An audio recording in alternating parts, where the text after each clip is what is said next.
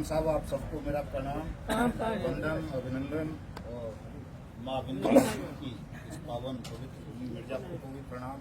आज पहली बार ऐसा अवसर मिला इस मिशन कुप्तान भारत यात्रा कार्यक्रम के अंतर्गत कहीं जाकर के किसी तीर्थ स्थान के देवी माँ के दर्शन किए, श्री चरणों में ठीक से, और फिर आपके बीच में आए। नहीं तो साहब 3 साल में कहीं मौका ही नहीं मिल पाता ऐसा, न उज्जैन मिला न अयोध्या में मिला ऐसा अवसर मुझे खुद जाने का, न महादेव उत्तराखंड में कहीं नहीं मिला। लेकिन आपके यहाँ आप दोबारा में आके मिला, पहली बार साइड वंचित रह गया हम इस शुभ अवसर से। मैं तो साहब आप सबको यही कहना चाहूँगा कि जो मेरे अपने अनुभव हैं, आप सबके भी अनुभव होंगे जिंदगी के, कि सत्य, न्याय और कानून कभी हारता नहीं है। देर हो सकती है, थोड़ा सा विलम्ब तो हो सकता है, लेकिन पराजित नहीं हो सकता। तो हमारी आपकी ये जो लड़ाई है भुगतान की, ये बिल्कुल सत्य पर आधारित है, न्यायपूर्ण मांग है आपकी, और कानून इसके लिए बन चुका है आपके पक्ष में कि आपका पैसा सरकार वापस करेगी, आपकी जमा राशि का 2 से 3 गुना करेगी, 180 दिन में करेगी। भले ही आप किसी सहारा के पीड़ित हों, PACL पल्स के हों, या टोगो के हों, या रोजबेरी के हों, या विश्वामित्र के हों, या ये जो सागा ग्रुप की 7-8 सोसाइटी हैं, LUCC, LACC वगैरह, इनके हों या किसी और के हों, यानी 3 लाख से ज़्यादा जो कंपनी और क्रेडिट कोऑपरेटिव सोसाइटी भारत सरकार ने बंद की, उन सब में से जिसके भी आप जमाकर्ता हैं, निवेशक हैं, पीड़ित हैं, आपका पैसा सरकार वापस करेगी, और जिला अधिकारियों के माध्यम से करेगी, तहसीलों के माध्यम से करेगी। ये भी कंडीशन है। तो जब ऐसा कानून बन गया है, निश्चित रूप से आप सबका पैसा वापस मिलेगा। जरूरत केवल इतनी बरसी है कि हम जागरूक रहें, संगठित रहें, क्योंकि कानून तो बहुत बनते रहते हैं साहब, लेकिन उन कानूनों के पक्ष में जिन लोगों को लाभ मिलना चाहिए, या जो लाभार्थी हैं उस कानून के, या पीड़ित कह लो, अगर उनको ही पता नहीं होगा कानून के विषय में, या वो उस कानून के पक्ष में खड़े नहीं होंगे, उसको अप्लाई करने की मांग नहीं करेंगे, तो सरकार को कोई ज़रूरत नहीं है, कोई गर्ज नहीं पड़ी है उसे। सरकार तो हमेशा ठग, बेईमान, चोर चक्के चलाते हैं सदियों से। ऐसा नहीं कि साहब मोदी पहला चोर हो या ठग हो, हमेशा से रहा है। महाभारत काल देख लो आप, त्रेता देख लो, द्वापर देख लो, हमेशा राजा जो है अंधा रहा है। राजा को कोई मतलब नहीं होता प्रजा के सुख दुख से। अगर प्रजा बगावत कर दे, सुख मांगने लगती है, तो देना पड़ता है हर तानाशाह को भी। मोदी जी को भी देना पड़ेगा अगर आप मांग करोगे न्याय की, क्योंकि न्याय की मांग को लंबे समय तक कोई अनसुनी नहीं कर सकता, और जो अनसुनी करेगा न्याय की मांग को, उसका अंजाम बहुत भयावह होता है। महाभारत में देखा होगा ना सबने कि क्या हुआ, उसने न्याय की मांग को ही तो अनसुनी किया था धृतराष्ट्र ने और दुर्योधन ने। क्या हुआ, पूरे कुरुवंश में जो है खत्म होना पड़ा। रावण ने न्याय की मांग को अनसुनी किया तो रावण का क्या हाल हुआ, जो काल की पीठ पर बैठ करके स्नान करता था। मोदी उससे ज्यादा ताकतवर थोड़ा ही होंगे रावण से, लेकिन उसे भी मिट्टी में मिलना पड़ा था सब, और मामूली से लोगों ने मिला दिया। चाहे वो राम रहे हों, भले ही आप उन्हें भगवान कहें, लेकिन थे तो वनवासी, कपड़े भी ठीक से नहीं थे उनके पास, बेचारे वनवास काट रहे थे, निकाल दिए थे पिता ने। लेकिन जब सत्य के पक्ष में, न्याय के पक्ष में वो खड़े हुए, तो लोगों ने, प्रकृति ने उनको भगवान बना दिया, और वो रावण जैसे कालजयी युगा पर विजय प्राप्त करने में सफल रहे। हम आप सब भी उसी तरह से सफल होंगे। निश्चित रूप से सबका पैसा वापस मिलेगा, और जो पैसा वापस नहीं करेगा उसे अपना अस्तित्व मिटवाना होगा, और फिर राज भी आपका ही हो जाएगा। तो आप 2-3 गुना क्या 10 गुना ले लेना, आपके मालिक हो गए सब। तो घबराने की आवश्यकता नहीं है। सरकार ने बहुत सारी गलतियां की हुई हैं, और जो गलत होता है उसे झुकना पड़ता है, नहीं झुकता तो मिटना पड़ता है। 2014 में मोदी जी ने जैसे ही शपथ ली, उन्होंने देखा जब कि यार खजाना ही खाली है, तो अपने उस समय के फाइनेंस मिनिस्टर, क्या नाम था, अरुण जेटली, उससे सलाह मशवरा किया। उसने कह दिया यार पैसा तो बहुत है मोदी साहब, इन कंपनियों को बैन कर दो। कैसे करें, वकील थे बहुत बड़े सुप्रीम कोर्ट के, उन्होंने बता दिया कि गवर्नमेंट आदेश निकाल दे तो बंद सारी की सारी, और एक आदेश पर देश में 3 लाख कंपनी बंद कर दी गई। 14 के बाद 2019 में ये कानून लेकर के आए, बट सेक्शन 019, जब बहुत सारे लोगों ने आत्महत्याएं कर ली। 14 के बाद इतनी जबरदस्त आत्महत्याओं का दौर चला था साहब, 5 लाख एजेंटों ने आत्महत्या कर ली थी। 1250 सैनिकों ने आत्महत्या की ठगी प्रकरणों का शिकार हो जाने के कारण। कई सांसदों ने, आपने देखा होगा, कनपट्टी पे गोली मार के आत्महत्या कर ली थी बंगाल में। एक गवर्नर थे हिमाचल के, उन्होंने सुसाइड कर लिया था। डीजीपी असम ने ठगी प्रकरण का शिकार, डीजीपी बहुत बड़ा अफसर होता है, डायरेक्टर जनरल ऑफ पुलिस, उसने सुसाइड कर लिया था गेस्ट हाउस में ठगी प्रकरण का शिकार हो जाने के कारण। जब इतने बड़े लेवल पर आत्महत्याएं हुई और दुनिया में आलोचना होने लगी, तो मजबूरन मोदी सरकार इस बिल को लेकर के आई, कानून को अनियमित जमा योजनाएं पाबंदी अधिनियम 2019 कि इसको बनाया जाए, लोगों को भुगतान की गारंटी का अधिकार दिया जाए। और चूंकि कंपनियों को सरकार ने ही बैन कर दिया था, तो सबका पैसा भी सरकार ही वापस कर दे, उनकी प्रॉपर्टीज को सीज करके, बेच करके, नीलाम करके।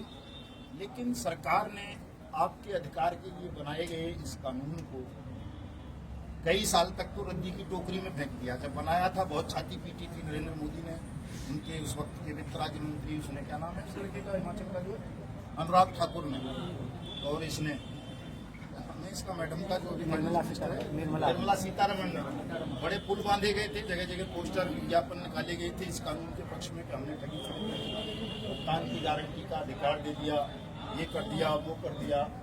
लेकिन साहब 2019 के चुनाव के बाद जो है बुला दिया गया सब कुछ उन्हें प्रधानमंत्री बनने के बाद। और 2020 में कोविड आ गया देश में, उसकी आड़ में इस कानून को खत्म करने का प्रयास किया गया, इस कानून को वापस ले लिया जाए। लेकिन ईश्वर यश करोति शोभनम करोति, वो जो भी करते हैं आपके भले के लिए करते हैं। हालात ऐसे बने कि वो वापस नहीं ले सके इस कानून को। और इस कानून में ये लिखा है कि 3 साल अगर इस कानून को हो जाए तो फिर बिना पार्लियामेंट की अनुमति के कोई भी संशोधन उस एक्ट में नहीं किया जा सकता। तो 3 साल हो गए, रूल्स नोटिफाइड कराने के लिए संघर्ष करना पड़ा। देश भर में इस कानून के अंतर्गत हर जिले में सहायक सक्षम अधिकारी होने चाहिए, फास्ट ट्रैक कोर्ट होनी चाहिए, उनके गठन के लिए संघर्ष करना पड़ा।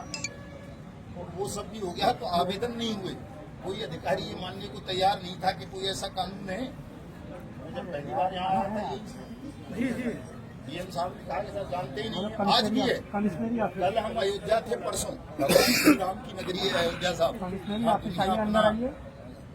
उद्धार करवाने की आकांक्षा लेके आती है। कमिश्नर साहब कहने लगे, साहब मैं तो पहली बार जिंदगी में इस एक्ट का नाम सुन रहा हूँ। एक बड़े सीनियर एडवोकेट उनके सामने बैठे हुए थे, उनको गवाही में खड़ा कर लिया उन्होंने। वकील साहब आप बताओ, आप जानते हो क्या इस कानून को? उन्होंने कहा साहब मैं भी नहीं जानता। मैं कहा कमिश्नर साहब कोई जरूरी थोड़ा ही है कि जिस चीज को आप नहीं जानते हो उसका कोई अस्तित्व नहीं है। मैं कहा किताब है, नेट का दौर है, खोल के देख लो।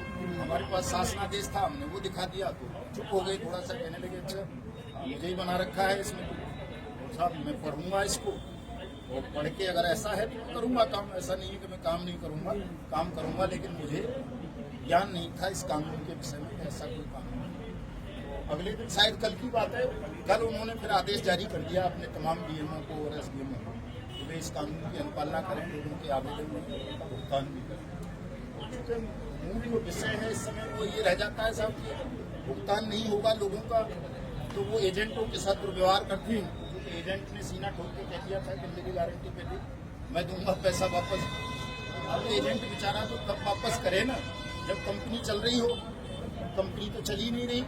सरकार से एजेंट कैसे वापस ले आएगा पैसा किसी का? सरकार से वापस तो वही ले सकता है जिसका अपना पैसा है, उसी को आवेदन करना पड़ेगा। कानून भी यही कहता है। ये जो झगड़ा बढ़ रहा है ये सरकार का एक षड्यंत्र है। जानबूझ करके सरकार इस कानून को अटकाना चाहती है, लटकाना चाहती है, ताकि आप आपस में लड़ते रहें, निवेशक और एजेंट, और सरकार को पैसा मिलता रहे। दुनिया भर का है, हजारों लाखों करोड़ रुपए की प्रॉपर्टी है इन ठग कंपनियों की जो सरकार के ही कब्जे में है। और सरकार उनका कानूनी रूप से भी, जो सरकार में बैठे हुए लोग हैं वो उनका गैर कानूनी रूप से भी वो कर रहे हैं, लेकिन जिनका पैसा है उनको देने को कोई राजी नहीं है। और उसका सबसे बड़ा कारण साहब सरकार की बदनीयती तो है ही, हम लोगों का असंगठित होना भी है, विभाजित होना भी है। हम लोग आपस में बहुत ज़्यादा विभाजित हैं, असंगठित हैं, सच को समझते नहीं हैं। कोई झूठ बहका दे उसी के पीछे हो लेते हैं तुरंत, और जल्दबाजी का शिकार है। धैर्य नहीं है हमारे अंदर बिल्कुल भी।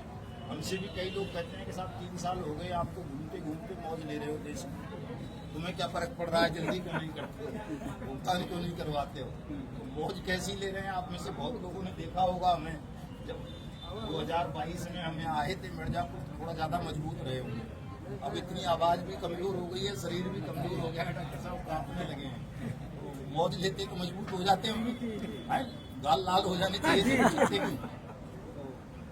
कहते हैं कि जापन लागी हुई तन जाने, को जगह जाने पीर पराई। तो मौज वौज नहीं ले रहे हैं हम भी, केवल हमें भी दुख है। जिस तरह से आप लोग तमाम दुखी हैं और तनाव में रहते हो कि साहब हमारी मेहनत का पैसा चला गया, कोई सुनवाई नहीं हो रही, कहीं क्या करें। तो सोचिए कि हमारे पास तो देश भर के करोड़ों लोगों का तनाव हम लेकर के अपने कंधों पे घूम रहे हैं। आप लोग ये हार फूल माला पहना देते हो, कहीं कोई पगड़ी पहना देता है, कहीं कोई नारियल दे देता है कि साहब भगवान आ गए, मसीहा आ गए। तो इससे और बोझ बढ़ जाता है हमारे ऊपर। हमें कई बार लगता है यार हम भगवान मसीहा कहाँ हैं, हम कोई चमत्कारी थोड़ा ही है कि कोई चमत्कार कर रहे हैं, हम तो आपसे भी ज्यादा साधारण मनुष्य हैं। लेकिन कई बार लगता है कि यार जब इतने लोग कह रहे हैं तो ये हमारा भी उत्तरदायित्व बनता है, कर्तव्य बनता है कि या तो हम आपका भुगतान करा दें या फिर लड़ते लड़ते मर जाएं। तो दो में से एक बात जरूर कर देंगे साहब, या तो आप सबका भुगतान करा देंगे, तमाम लोगों को इस शोषण से, उत्पीड़न से मुक्ति दिला देंगे, तनाव से, या फिर लड़ते लड़ते अपने प्राण त्याग देंगे। और हमारे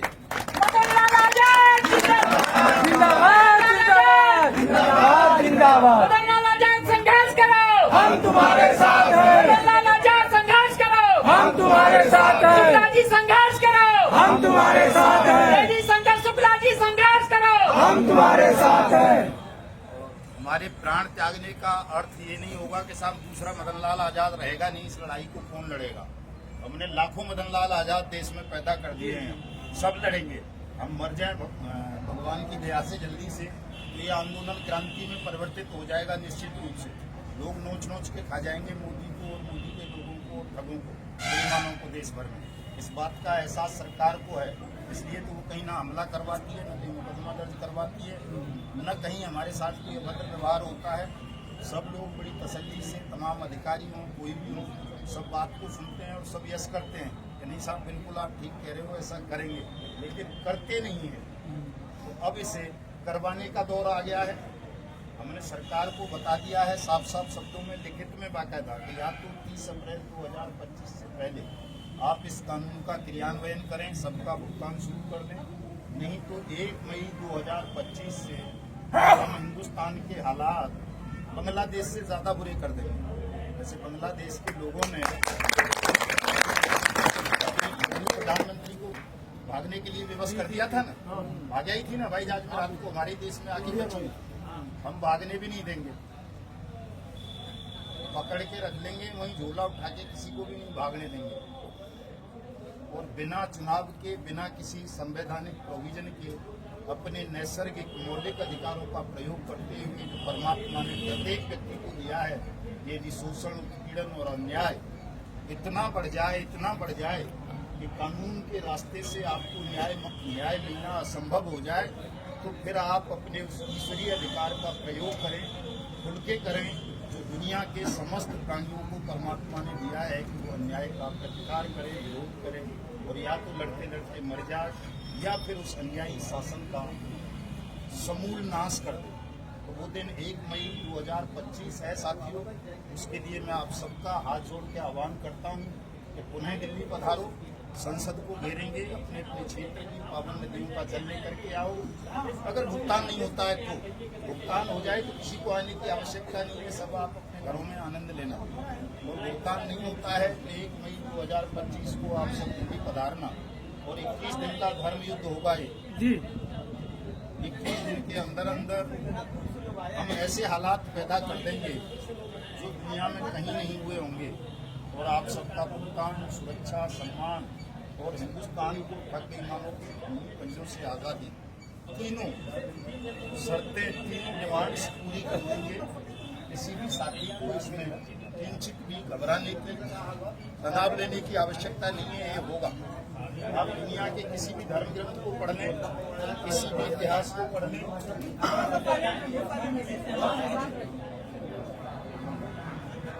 किसी भी इतिहास को पढ़ लें, किसी भी धर्म ग्रंथ को पढ़ लें साहब, 5-5.5 साल बाद युग परिवर्तित हो जाता है, क्रांति के हालात बिल्कुल बन जाते हैं। आज हिंदुस्तान में वही हालात बन गए हैं। 42 करोड़ से ज़्यादा लोग ठगी का शिकार बने हैं। ये LUCC वाला जो प्रकरण हुआ है, अभी सागा वाला, जी आप जी, उसी से जुड़े? जी। और भी बहुत सारे लोग होंगे, हैं क्या कोई सागा ग्रुप वाले? सागा वाले हाथ उठा लो भाई। हम पुराने वाले तो टोगो वाले, DCA वाले, सहारा वाले, पल्स वाले सब पूरे थे। ऐसे कांटे हमारे शुक्ला जी, ऐसे गुप्ता जी खड़े हैं, देखो विश्वामित्र के पीड़ित हैं हमारे, सब बूढ़े थे ना। बूढ़ों से कोई क्रांति हो रही है? कहते हैं ना कि संघर्षों के साये में असली आजादी पलती है और इतिहास उधर मुड़ जाता है जिस ओर जवानी चलती है। तो सागा ग्रुप वाले भाई, आपको परमात्मा ने जानबूझ के लपेट दिया। आप हमारा सहयोग नहीं कर रहे थे कोई भी, तो कहते थे यार ये बूढ़े पता नहीं कहाँ से आ गए, चिल्लाते रहते हैं व्हाट्स एक्ट, हमारा धंधा बंद हो जाएगा। तो ईश्वर ने ऐसी लाठी मार दी है आप लोगों को, अब आप सबका धंधा बंद हो गया है और आपकी जिंदगी हम सबसे कहीं ज्यादा संकटों में डाल दी है परमात्मा ने। हम तो सब निकल चुके हैं, अब इतने संकट में नहीं है कोई भी, लेकिन सागा ग्रुप के साथियों पर बहुत भारी विपदा आ गई है साहब। इनके गले में मौत का फंदा डाल दिया है परमात्मा ने, नरेंद्र मोदी ने और अमित शाह ने। धारा 111 बना करके BNS जितने भी मुकदमे दर्ज हो रहे हैं उसी धारा में हो रहे हैं। और नॉन वेजेबल है साहब, एजेंट को वकील साहब खड़े जल्दी से बेल नहीं होगी और 20 साल की सजा की नीलामी और दुनिया भर का पनिशमेंट है उसमें एजेंट के लिए भी। ऐसी व्यवस्था कर दी है और अपने लिए भी कर दी है। अगर कोई शासन प्रशासन में भी बैठा हुआ आदमी बेईमानी करे, छल करे, तो उसे फांसी चढ़ा दो। खुद तो फांसी नहीं चढ़ाएगा, लेकिन जिस दिन शासन उखाड़ के फेंक दिया आपने तो आप तो चढ़ा दोगे निश्चित। हो सकता है पहला नंबर इसी की तरह ले लो, सद्दाम हुसैन को जैसे वहाँ के लोगों ने फांसी चढ़ा दिया था। तो तमाम चीज़ें विधाता का खेल है साहब, ये होना है। 1 मई को आप सब दिल्ली आएंगे अगर भुगतान नहीं होता तो, लेकिन 9 अप्रैल को और एक कार्यक्रम आप सबने करना है। जैसे पिछली 9 मार्च को आप सबने भुवन भास्कर सूर्य नारायण को जल चढ़ाया, उनसे शक्तिमान, ऐसे ही 9 अप्रैल को आप एक और महायज्ञ करोगे पूरे देश भर में। वो मोदी ने बजवाया था ना, क्या बजवाई थी थाली के समय। हाँ, ऐसे ही आप सब भी थाली बजाओ, उस दिन मेला बजाओ, ढोलक बजाओ, झांझ मजीरा सारंगी जो भी हो, कुछ ना हो तो ताली तो है ही सबके पास, जी। वो बजाइए। और परमात्मा से प्रार्थना करो कि वो नरेंद्र मोदी को और देश के तमाम मुख्यमंत्रियों को और इन प्रशासनिक अधिकारियों को सद्बुद्धि दें कि ये अपने कर्तव्य का, इस कानून का पालन करते हुए सबका पैसा वापस कर दें। और यदि ऐसा ना करें, ये परमात्मा ने यही सोच लिया है कि इनको सबको मिट्टी में मिलवा दो, तो फिर 1 मई को हमें इतनी ताकत दे दे सब लोगों को कि हम इतने ताकतवर बन जाएं कि इस पूरे बेईमान सिस्टम को साथ जमींदोज करते हुए न केवल अपना पैसा वापस लें, अपना सुरक्षा सम्मान वापस लें, हिंदुस्तान को भी ठग बेईमानों के भूमि पंजों से आज़ादी दिला दें। 21 मई तक 21 दिन के लिए इतनी ताकत परमात्मा से आप सबको मांगनी है। आप सबने इतनी देर मेरी बातों को बड़े ध्यान से सुना है, इसके लिए मैं आप सबका धन्यवाद व्यक्त करता हूँ, आभार व्यक्त करता हूँ।